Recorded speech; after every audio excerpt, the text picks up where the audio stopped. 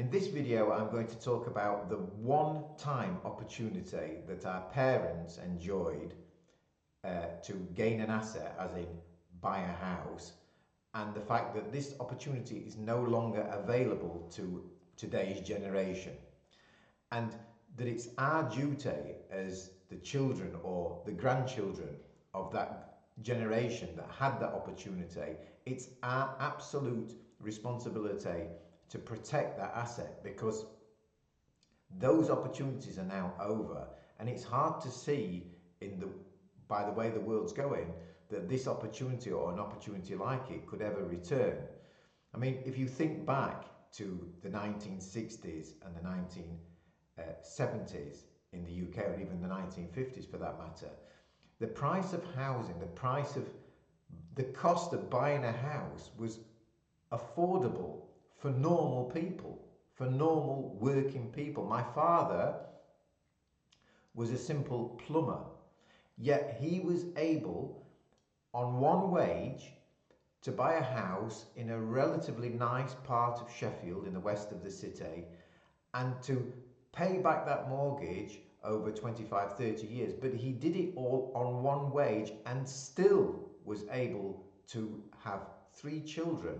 I mean, that's simply not possible today.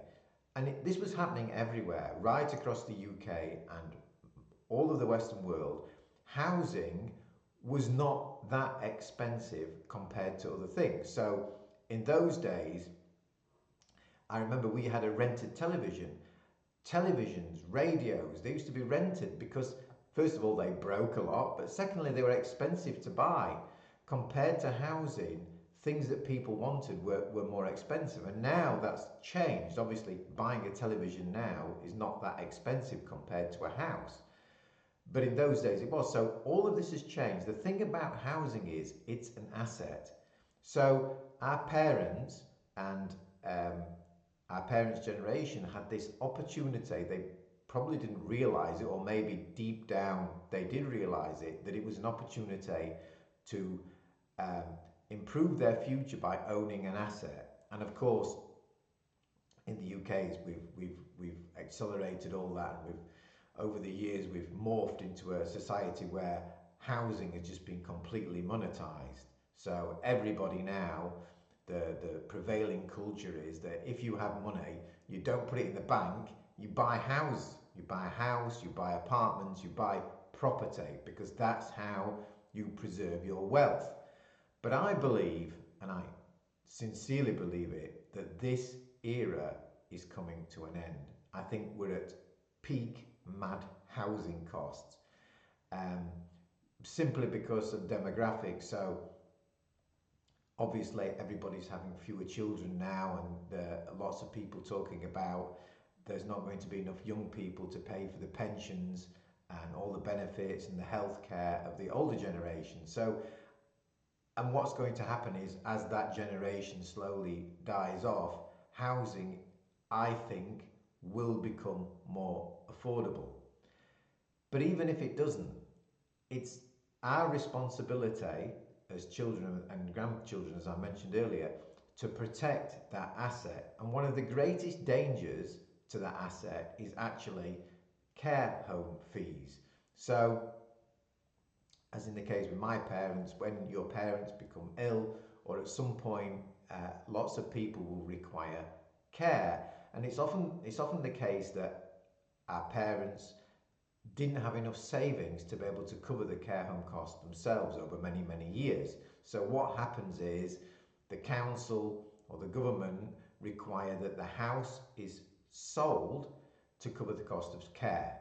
I mean, what typically happens is the house gets sold, the equity from the house is put into the bank account of the parent or parents, and that money then slowly dwindles away until a point where, I think in the UK, the parents have got £24,000 left, at which point the council will step in and cover a part of the care, not all of it. I mean, I used to think, okay, once your parent gets down to, once their savings is at 24,000, the council will then step in and cover the cost of care. No. Well, if they're in a council care home, yes, but if they're in a better care home or a more expensive care home, then the difference will have to be made up by the family. So, so what do we end up with now? We end up with no house, no assets, no equity. It's all dwindled away, and now the council has to step in and pay, and the family also has to contribute. I mean, this is not a good situation, and what happens is the family loses that asset that was acquired during that really golden period that's gone forever. So it's our duty to protect it. So how do we protect it? Well, I'm a Bitcoiner, so I began my journey into Bitcoin. I was really, really skeptical about Bitcoin. You know, I thought all the usual things, it has no intrinsic value, how can computer code be worth anything? I had all of these typical thoughts. But I was curious, and as I dug deeper, I realized that this is probably the best asset the world has ever known. In fact, I became so enthusiastic about it, I wrote a book, I made an audio book from that book, I became basically obsessed. But what also transpired was I've actually found a solution to the care home fee problem.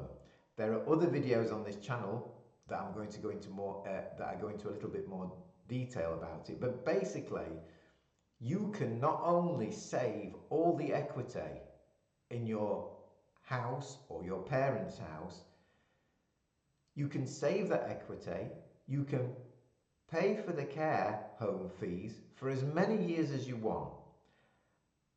And not only will you completely save the equity that's in the house, you will actually grow the equity at the same time because of Bitcoin. Absolutely incredible. It's like a miracle. And the reason it's a miracle is because Bitcoin has never existed before. So imagine a time before the steam train. Nobody knew or could imagine the steam train, and then suddenly it existed. And people were skeptical. People said steam trains would never replace the horse. Horses were more reliable. You had all the people making the carts and tradition and so on. So it was a process before people accepted the fact that steam train was actually better. And of course, it evolved, and now obviously trains are far superior to horses. The same is true with electricity. When electricity was first invented and introduced into New York, people wanted to ban it. But imagine life without electricity. But Bitcoin is like this. It's a brand new innovation that has never ever existed in the history of the world. And it can only exist because of the internet, because of digitalization, because of really special circumstances.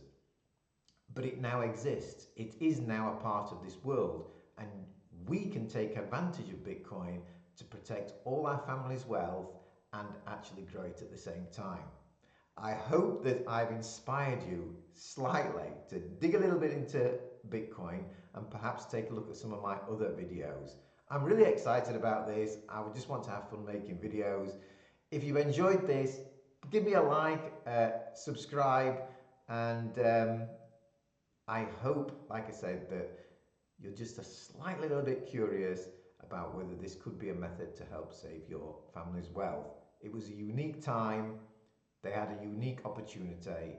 It's our responsibility to protect that wealth. Thanks for listening, and hope you have a nice day.